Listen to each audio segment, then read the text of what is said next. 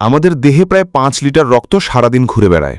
কোনো দুর্ঘটনা, সন্তান জন্ম কিংবা বড় অপারেশনের ফলে যখন শরীরে প্রচুর রক্তক্ষরণ হয়, তখন আমাদের বেঁচে থাকা নির্ভর করে পর্যাপ্ত পরিমাণ রক্ত আমাদের শরীরে আছে কিনা তার উপর। আমাদের রক্ত অক্সিজেন সহ আরও অনেক বার্তাবাহক পদার্থ বহন করে। রক্ত আমাদের মস্তিষ্ক, হৃদয় এবং মাংসপেশিতে পৌঁছে দিয়ে শরীরকে সচল রাখে। তাই যখন মানুষের শরীরে এই রক্তের পর্যাপ্ততার অভাব হয়, তখন মানুষ মারা যায়। এ কারণে এই রক্ত একটি অপরিহার্য উপাদান। বিজ্ঞানীরা এ পর্যন্ত অনেক গবেষণা করেও কৃত্রিম রক্ত আবিষ্কার করতে এখনও সক্ষম হননি। এমনকি আগামী 20 বছরে হবার সম্ভাবনাও খুব কম। তাই রক্তের জন্য আমাদের অন্য মানুষের উপর নির্ভরশীল হতে হয়। রক্তদান একটি ভালো সামাজিক ও ধর্মীয় কাজ। আমরা অনেকেই শুনে থাকি যে রক্তদানে শরীরের অনেক উপকার হয়। আসলেই কি তাই?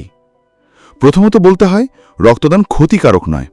এটি খুবই স্পষ্ট বিষয়, কারণ আজ থেকে প্রায় 100 বছর ধরে মানুষ রক্তদান করে আসছে। যারা নিয়মিত রক্ত দিয়ে আসছেন, তারা এই রক্তদানের জন্য কোনো রকম শারীরিক ক্ষতির সম্মুখীন হননি। কেউ কেউ তো 20-25 বছর ধরে নিয়মিত রক্তদান করে আসছেন এবং তারা এখনও সুস্থ সবল আছেন। তবে রক্ত দেওয়ার কিছু নিয়ম আছে।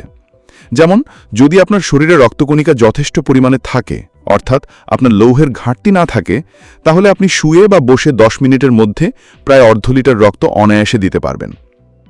এছাড়া রক্ত দেওয়ার আগে একজন চিকিৎসক আপনার রক্তচাপ, তাপমাত্রা পরীক্ষা করেন এবং দেখেন আপনার লোহিত কণিকা যথেষ্ট আছে কিনা, সেটিরও একটি পরীক্ষা হয়ে যায়। কিন্তু বিশেষজ্ঞরা কি বলছেন?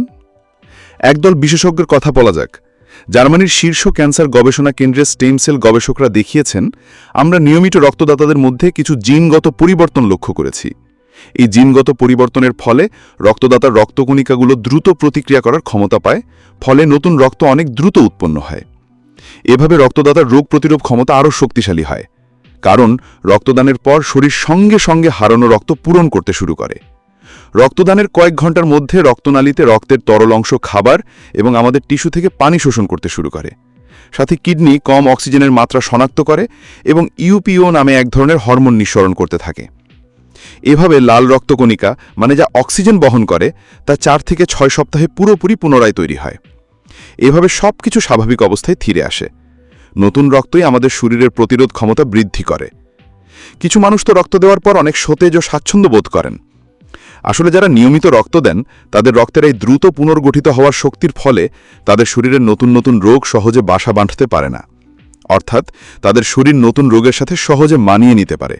ফলে অন্যদের তুলনায় তাদের শরীর ফিট ও তরুণ থাকে। আরেকটি গবেষণায় দেখা গেছে, যারা উচ্চ রক্তচাপে ভোগেন, রক্তদান তাদের রক্তচাপ কমাতেও সাহায্য করে। তবে হ্যাঁ, মরণব্যাধির মতো কোনো রোগ যেমন হার্ট ডিজিজ বা স্ট্রোক থাকলে আপনি কখনোই রক্ত দিতে পারবেন না।